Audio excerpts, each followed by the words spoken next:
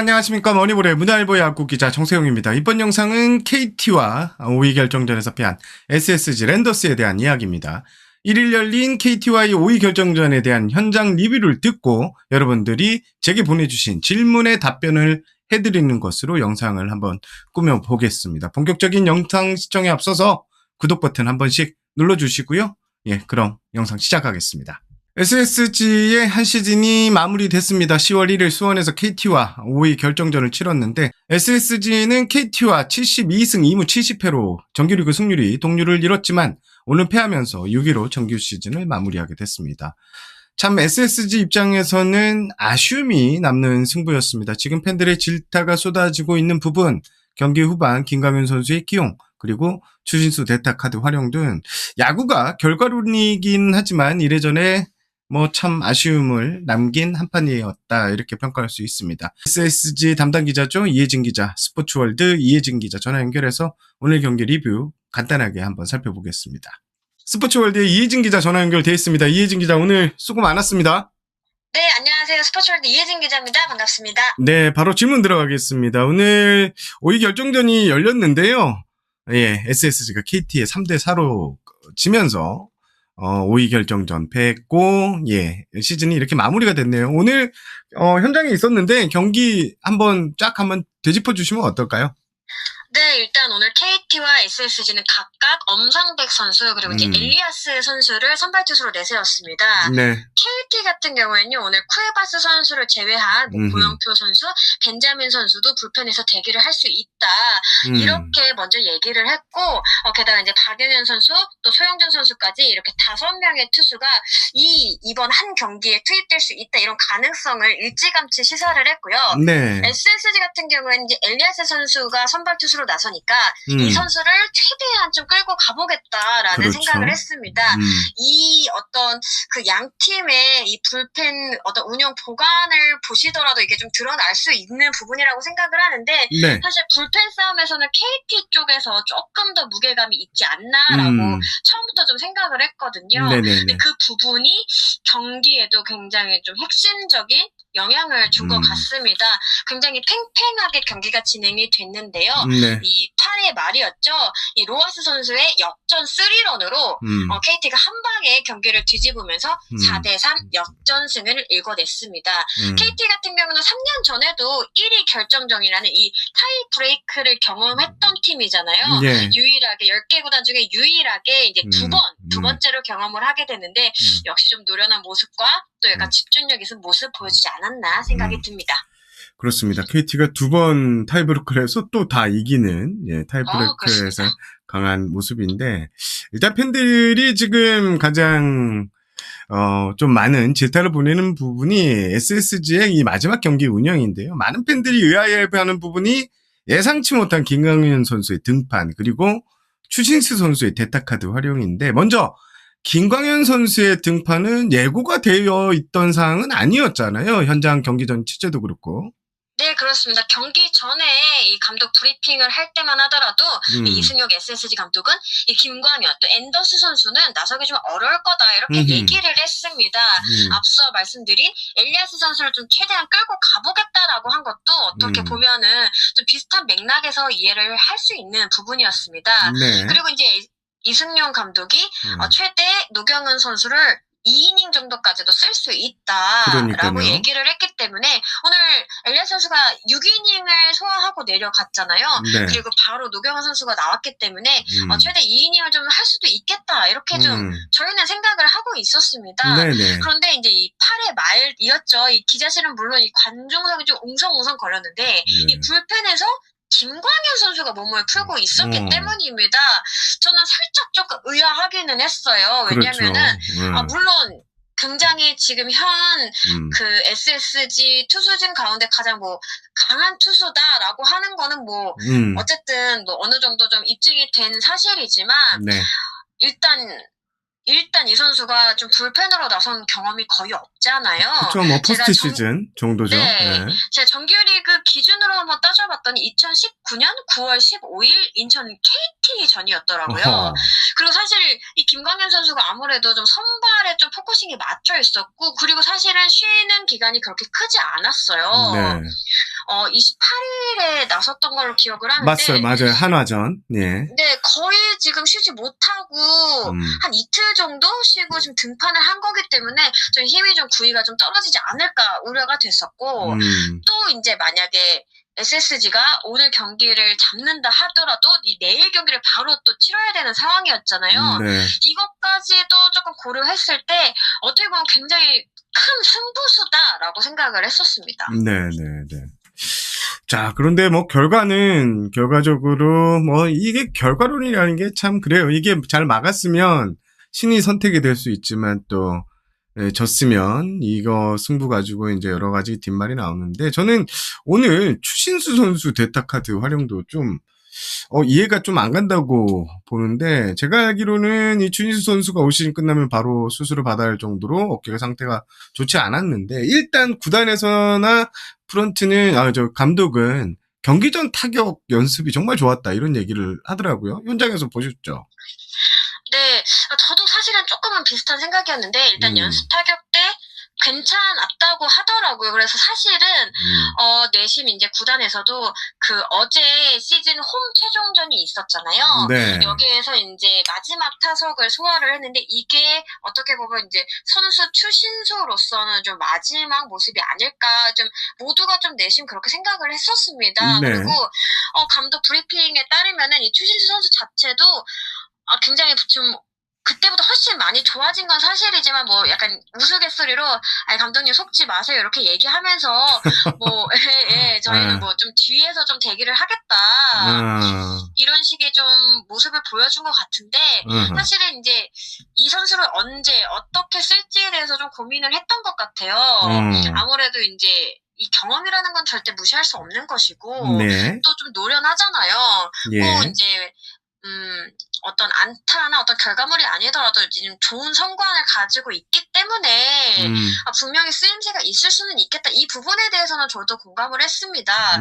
그런데 아까 상황을 조금 이렇게 뒤돌아보면은, 네. 일단은 이 선수 연습 타격 때 괜찮았다고 해도 공백이 있다라는 거는 분명한 사실이었고, 그렇죠. 그다음에 1점 차에서 좀 주자가 나가 있는 상황이었어요. 네. 그리고 추신 선수는 지금 전성으로 좀 달리기도 좀 어려운 상황이잖아요. 네. 자칫하면 이게 이제 좀 땅볼이 될 경우에 병살의 위험이 좀 컸고, 그쵸. 그리고 이제 어떻게 보면 스윙하는 모습을 할 때 조금 힘겨워하는 모습도 보였거든요. 네. 그래서 이게 조금 안 될 수도 있을 것 같다라는 생각을 했는데, 좀 결과적으로는 좀 안 좋게 끝이 나게 됐습니다. 그렇습니다. 자, 그리고 양팀 더가 분위기 뭐 경기 끝나고 나서 엄청 이제 희비가 엇갈렸을 거 아니에요? SS 쪽 현장 분위기 좀 어땠나요? 담당 기자로도 오늘 뭐 결과 좀 많이 아쉬웠을 텐데 어때요? 그쵸. 어떤 경기를 치르면 당연히 승자가 있고 패자가 있는 건데, 오늘 경기는 사실 굉장히 이 한 7회까지, 그러니까 경기 중후반까지는 분명히 SSG 쪽에 조금 더 유리했거든요. 네. 그랬기 때문에 오늘의 패배가 SSG 입장으로는 더 많이 아쉬웠고요.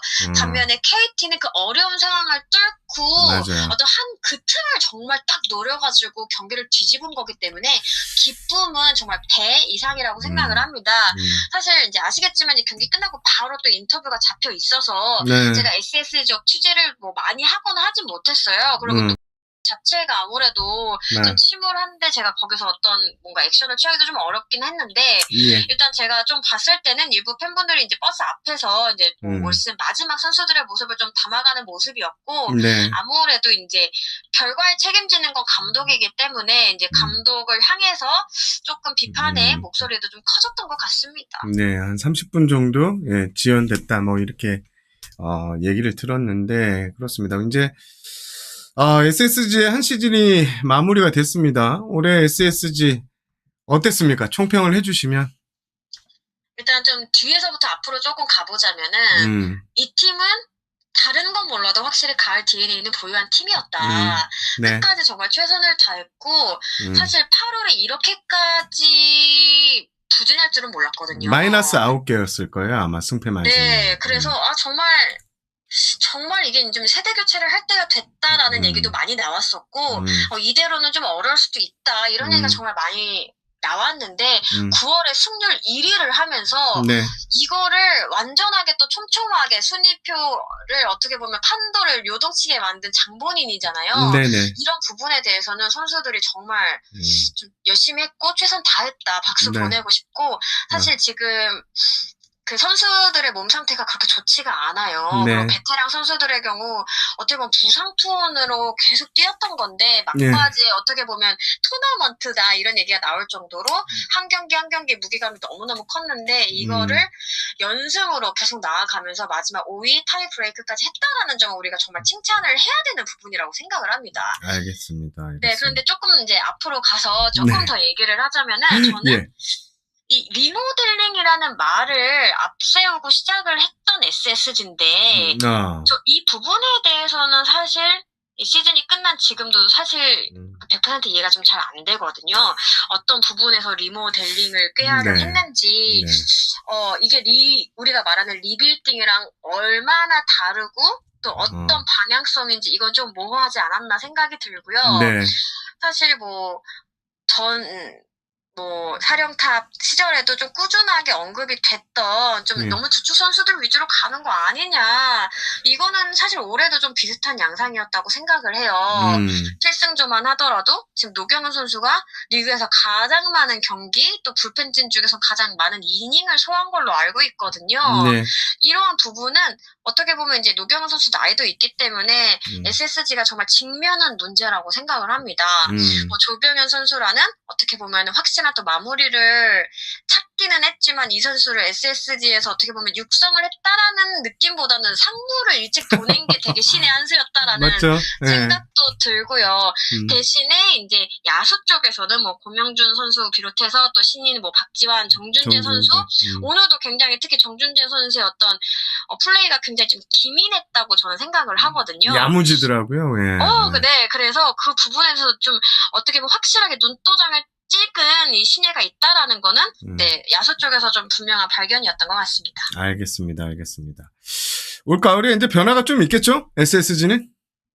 아무래도 제 생각이지만요. 네, 포스트 시즌에 탈락한 팀은 이 변화가 필요하다라고 볼 수밖에 없을 것 같아요. 물론 SSG가 끝까지 최선을 다해서 딱 한 끗이 부족했다 이렇게 또 포장할 수 있겠지만 결과적으로 포스트 시즌 탈락이거든요. 네. 그리고 이 한 경기를 2021년에도 사실은 한 경기, 마지막 경기를 잡지 못하면서 패했잖아요. 그렇죠, 예. 이번에도 어떻게 보면 그런 징크스를 넘지 못하는 듯한 모습을 보여줘서 이 부분은 좀 굉장히 아쉬웠을 것 같고, 또 마지막 선배가 이제 말씀하신 어떤 투수 기용이나 이 필승조 구축 등등에 대해서는 분명히 좀 풀어야 될 과제가 있다라고 생각을 합니다. 알겠습니다. 오늘 전화 연결 여기까지 하겠습니다. 이혜진 기자 오늘 하루 고생하셨습니다. 네, 감사합니다. 네. 자, 그럼 이제부턴 팬들이 궁금증에 제가 답하는 식으로 영상을 이어갈 텐데요. 오늘 경기가 끝나자마자 제 메일 그리고 스포츠톡, 유튜브 댓글 엄청난 질문들이 쏟아졌습니다. 그 질문 중 핵심 3-4가지를 골라서 여러분들께 제가 취재한 내용 답변 드리겠습니다. 자, 첫 번째 질문입니다. 기자님, 오늘 김강민 선수를 등판시킨 부분 어떻게 이해해야 될까요? 라는 질문에 답변을 해보면요. 오늘 경기 전에 아까 이혜진 기자의 설명도 있었지만 최진준을 만날 때만 해도 이승용 감독은 김강인의 등판 플랜 없었습니다. 사실 김강인 선수는 오늘 등판하겠다는 뜻을 여러 차례 감독에게 전했습니다. 이승용 감독은 이를 거절을 일단 했었는데요. 그런데 오늘 이제 이 감독과 취재진의 인터뷰가 끝난 뒤, 코칭 스태프가 이승용 감독에게 김강현이 다시 한번 등판하겠다고 다시 한번 요청했다는 이야기를 이 감독에게 전했고요. 이 감독은 이건 아닌 것 같다라고 합니다. 하지만 이 김강현은 올해 팀에 미안한 부분이 많았는데 팀의 중요한 순간 꼭 기여하고 싶다는 재차 밝혔고요. 이에 이승용 감독이 김강현 선수를 마지막으로 불러서 이야기를 나눕니다. 그리고 팀을 위해 헌신하려는 김강현 선수에게 고마움을 전했고요. 이 자리에서 이기는 상황에서 1이닝을 맡길 수 있다 이렇게 통보가 됐습니다. 그리고 김강현 선수 이기는 상황에서 이렇게 등판을 했는데 결과적으로 나쁜 결과가 나왔죠.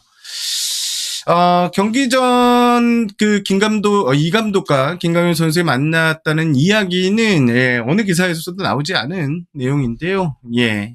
야구는 결과론이죠. 예. 김강현이 뭐 잘 막았다면 신의 한 수가 됐다. 이런 평가가 나오겠지만, 그러나 결과는 그렇지 못했습니다. 제 개인적인 생각을 물어보신다면, 이승용 감독은 더 단호했어야 된다고 생각을 합니다.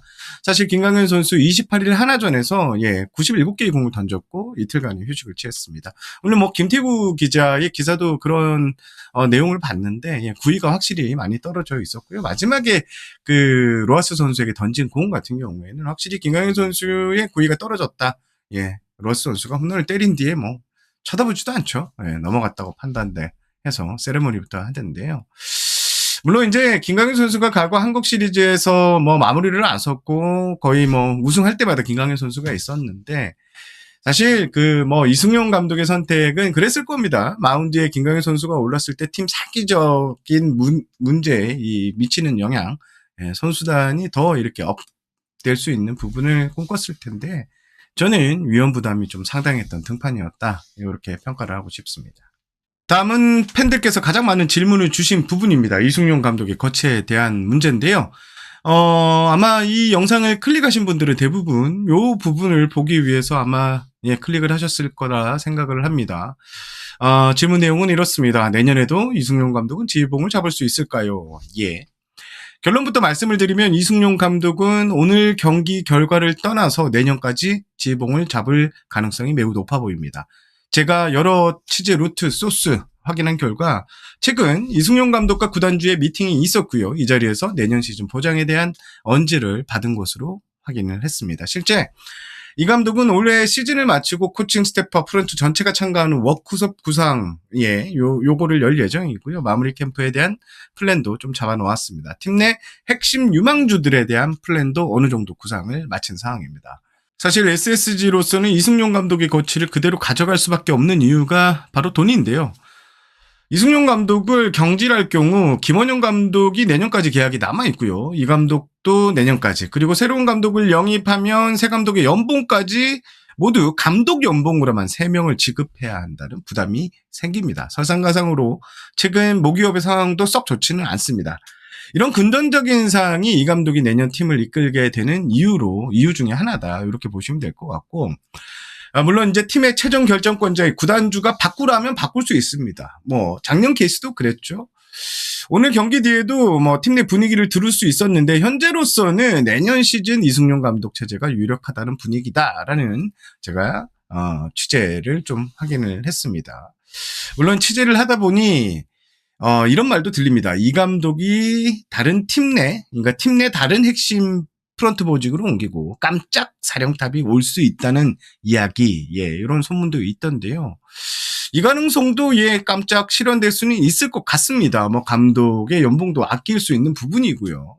확률은 아예 없지만은 않다. 이렇게 말씀을 드리는데 일단 이 감독의 거취에 관련해서는 머니볼이 계속 팔로잉을 할 거고요. 여러분들께 새로운 소식이 들릴 때마다 들려드릴 예정입니다. 일단은 제가 최근 한 달간 그리고 오늘 경기 뒤까지 체크한 부분은 이승용 감독이 내년 SSG 지휘봉을 계속 잡을 가능성이 높다. 이렇게 취재가 됐다는 부분을 여러분들께 말씀드리겠습니다. 바로 이어서 올가을 그리고 올겨울 팀 개편 방향에 대해서 질문을 주신 분들도 많습니다. 어떻게 될까요? 라는 질문인데 올가을 SSG의 이 변화의 폭은 상당할 것 같습니다. 지난해 코치진을 세팅을 했던 책임자가 교체인데요. 어쩔 수 없이 올해 코칭 스태프가 이렇게 정해졌는데 사실 저는 이 올 한 해 SSG를 이렇게 보면서 SSG의 가장 큰 문제점, 내부 문제점 중에 하나가 이 코치들과 선수들 간의 이 소통, 괴리가 좀 있었다고 봅니다. 내부에서도 이 문제를 좀 심각한 문제로 받아들이고 있고요. 이에 따라서 올겨울에는 SSG 코칭 스태프 보직이 상당히 변화가 생길 것으로 관측됩니다. 자, 오늘 제가 준비한 소식은 여기까지입니다. 최종 선수 FA 거취에 대한 이야기 그리고 김강민 선수에 대한 이야기는 내일이나 모레 영상을 따로 준비해서 답변을 드리도록 하겠습니다.